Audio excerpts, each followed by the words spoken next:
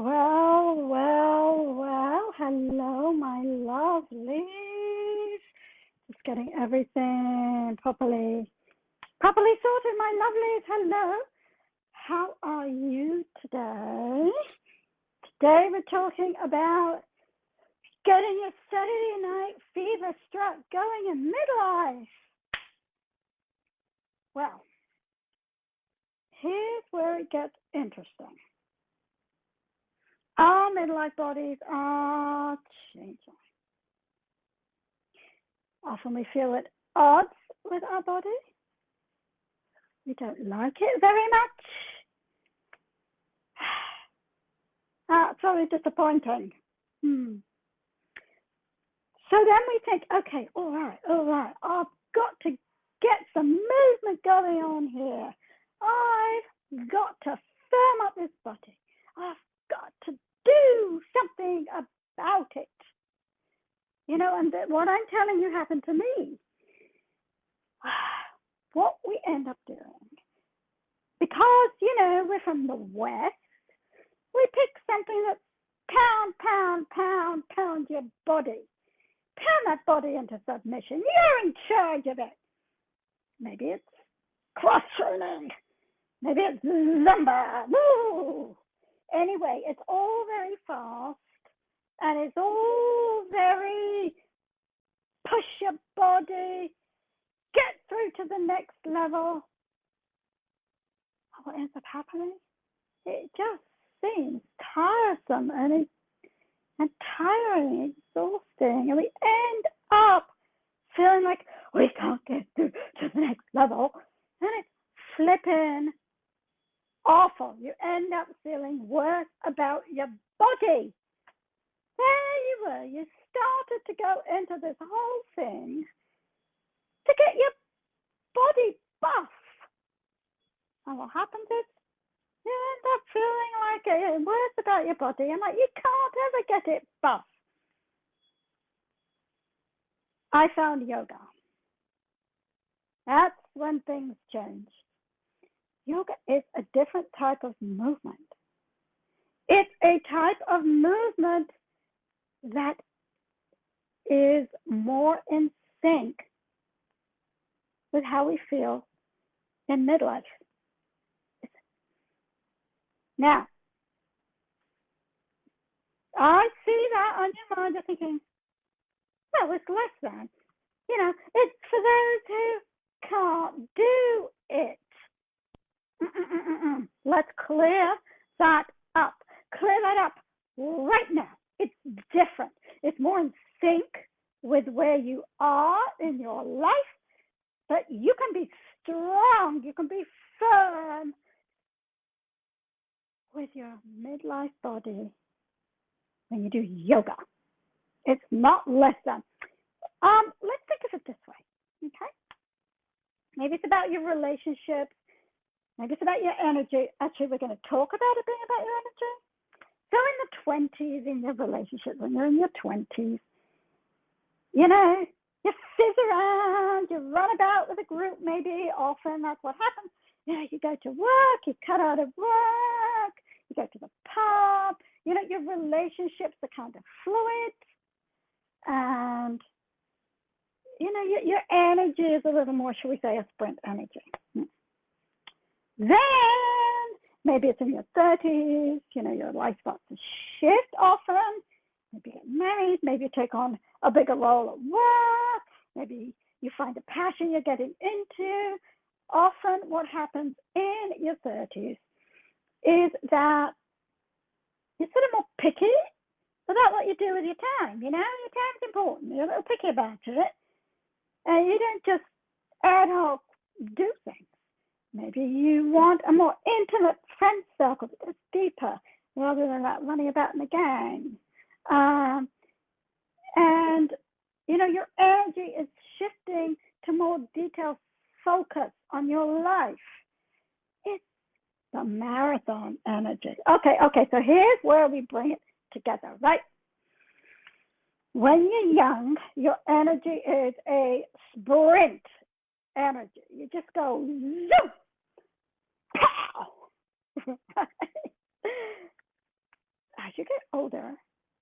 your life becomes a marathon. We have more marathon energy. So what are you doing? Bringing sprint energy into marathon. You can't sprint for 26 miles. It's not less than to take the longer view, to look ahead to the 26 miles. It's a different form of energy. It's a different way of looking at how you are exercising, how you're bringing that to bear, how you are going to use the right techniques for this particular race in life, this particular part of life, right? Your life is a sprint. You use different energy. Your life is a marathon. That energy changes. Yeah.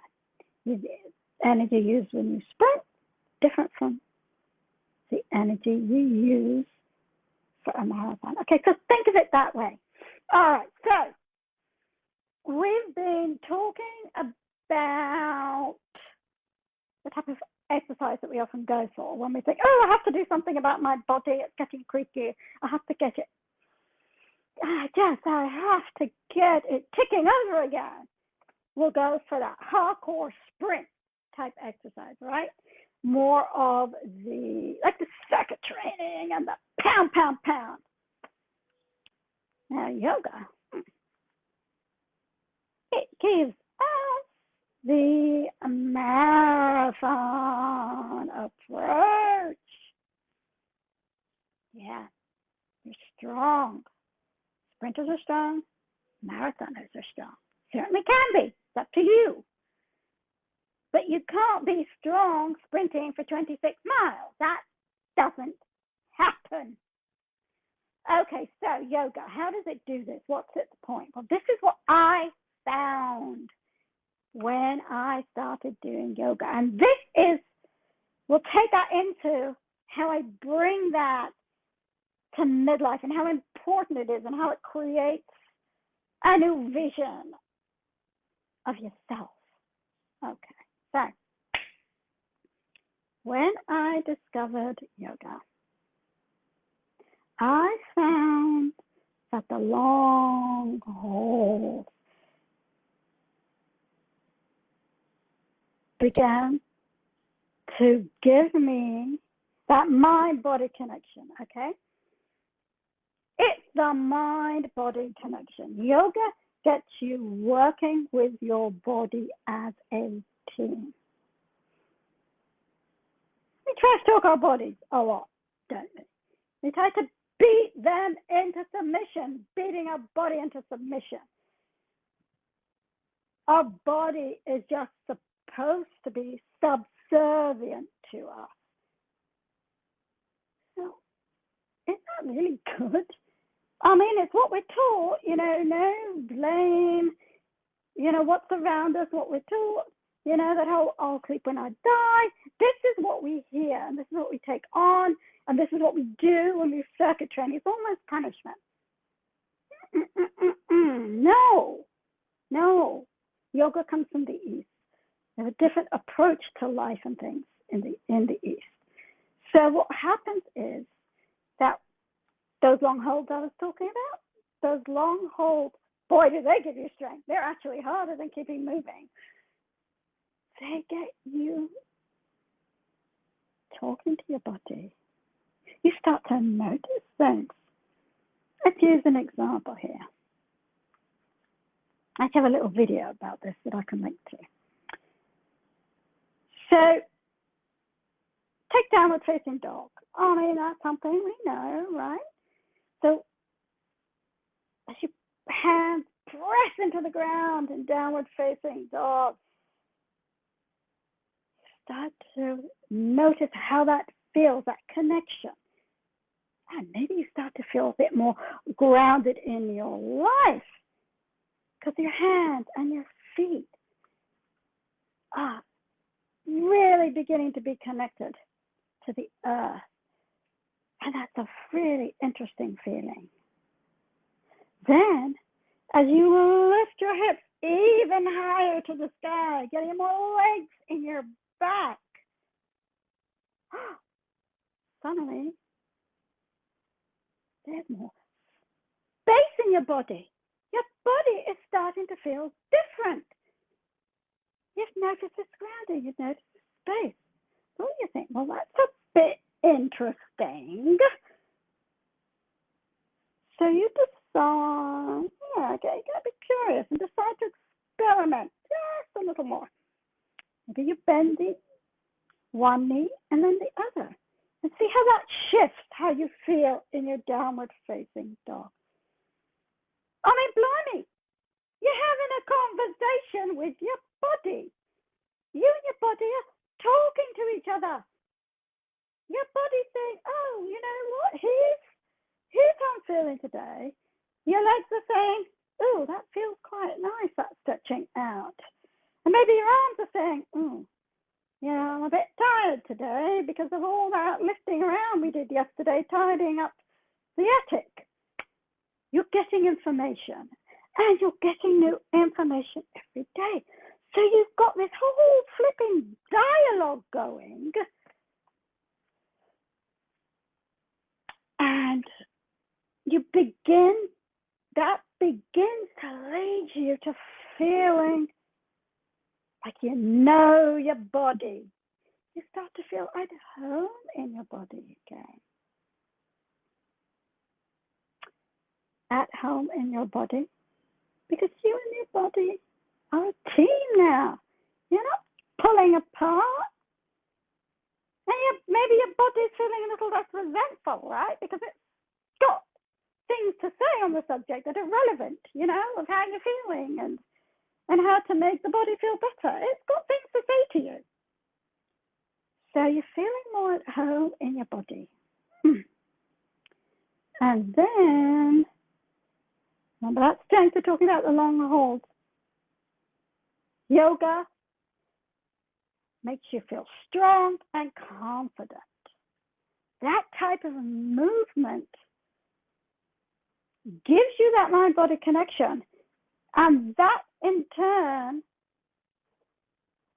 gets you the strength, right? Because your body is holding planks, down dog. It is holding and gaining strength. And you're feeling at home in your body. You're feeling strong in your body. So you begin to feel confident in how you're moving. That confidence in how you're moving means you end up moving differently. It's what I like to call finding your Saturday Night Fever strut. Again, reconnecting to it. Because that comes from the outside and the inside, mind, body. And then one day you look in the mirror, I think, I don't look half bad. That's before you look in the mirror, you're like, look at that, this and this. Now it's like you see this strong, confident person, and you think, that's not half bad. It's a mind-body progression.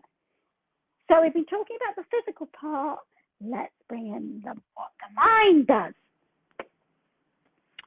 So we've been talking about seasons of life, right? Let's go back to that briefly.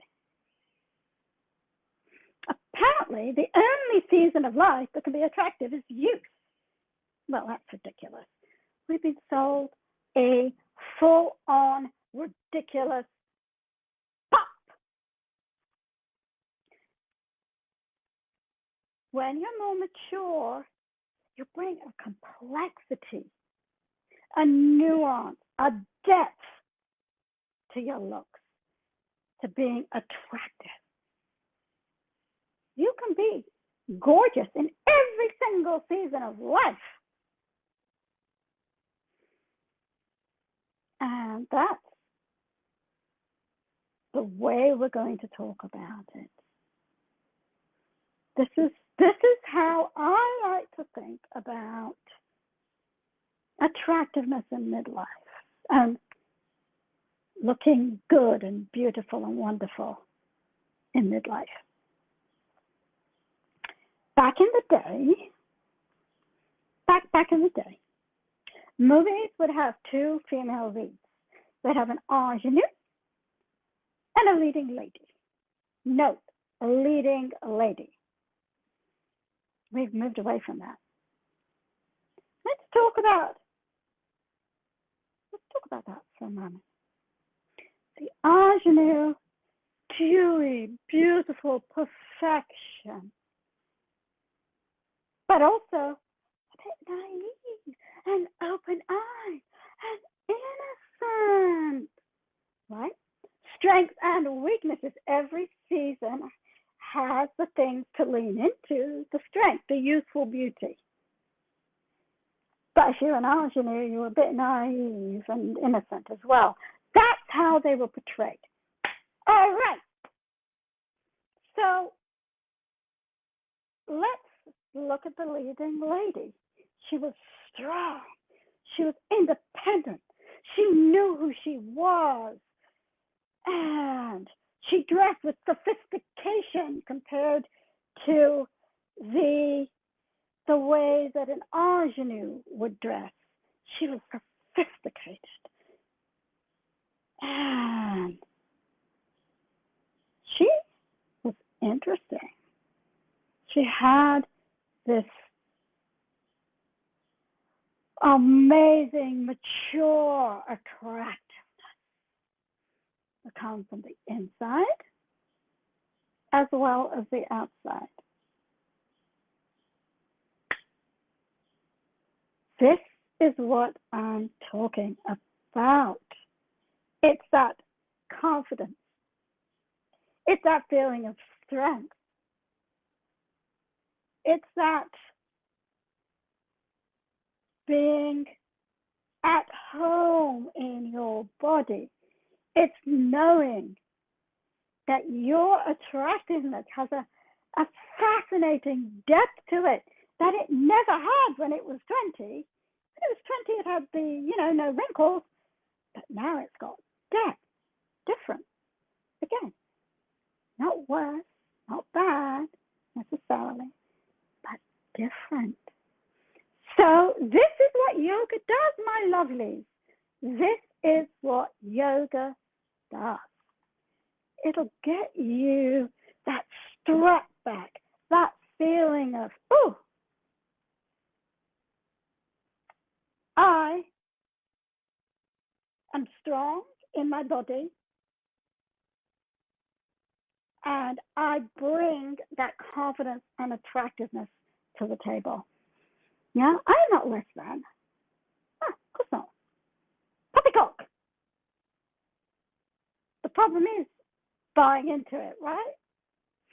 I grew up with lots of eccentric women around me who had that verve that I'm talking about, and they just effortlessly moved through life with that kind of confidence that I'm talking about. And they dressed in a way that wrapped them in that confidence. And they moved in a way that said, nobody's going to think I'm less than. That's ridiculous. This is what yoga can help you with, my lovelies. This is how I approach yoga. We're talking about long holds. I do that. We're talking about themes. The theme of confidence, for example. Now, talking about themes, I'll put this in the comments, what have you, wherever it goes. But I'm going to be holding, first week in July, date's going to be there, a whole full day, marvelous sort of workshop live stream thing for you to join in, to see this physical part that we're going to have 4 different themes that go with these 4 parts. The sort of like pursuit, sort of like the mission to pursue your purpose in midlife. And this ancient Vedic path, because that's what I'm into. Yoga, all of it, and bringing it to help the modern midlife woman with these themes and using the ancient wisdom, right? So these 4 paths, you've got desire. Oh, that's fascinating. How is desire relevant to being confident in midlife, getting clarity about our midlife selves and where we're going in midlife? Internal liberation. Things like, I've lost my youth, I can't possibly be attractive. Breaking away from these ridiculous notions that we end up understandably taking on. And then we have prosperity. Now that's an interesting thing, right? Look at these, how important these things are, right? These particular 4 paths to our purpose in our life. Ancient times. And just keep track of them. Prosperity can be wealth, but feeling prosperous means so much more. And again, seasons of life, things shift. And then Dharma. What do we think about Dharma, right? This purpose in life. Often it seems very, very unbelievably overwhelming. Well, let's not be overwhelming about it, okay? All right, so we're going to talk about these 4 things. How does that connect to our bodies, our confidence, our Saturday night fever strut? Get this. We're going to be doing it as a physical practice each day, themed to that particular day's theme. I'll say them once more. Desire, internal liberation, prosperity, Dharma, your life's purpose. Physical practice for each of these days, but it's not just one physical practice. It's not just a physical practice. We're going to stop and be doing some guided journaling. Because the physical practice loosens things in our subconscious. Little light bulbs come up. And then just 1 or 2 guided prompts for a couple of minutes. We stop our practice. We do 1 or 2 guided prompts for our journaling. Because that guides that light bulb so that we can harness it and use it. And it'll help us understand our desire and where we want to go with our desire. So we're going to be doing that each day, all of these days. And they all work together. So think of them, you might be more familiar with chakras and they all work together. These all work together too. Oh, it's going to be amazing. I'm really quite overwhelmed with the feeling of how much fun it's going to be, because it's exactly how I really like to work. So this is all free. I want to give you this gift of a taste, juicy taste each day of how yoga can give you back your Saturday night fever strut. Let's do that again. Your Saturday night fever strut. So come and join it, my lovelies. Really, I'm putting the link in wherever it goes, for you to join. This revolutionized my midlife. And I've given you some details about how this works, my process, a little bit of the nitty-gritty. And I think you're going to be very pleasantly surprised. how it really helps you break through with some clarity to see you can get back there. We're not doing it again. Saturday night fever strut in your life, whatever that means for you. All right, my lovelies. As always, so good talking to you. And we'll be back in touch really soon.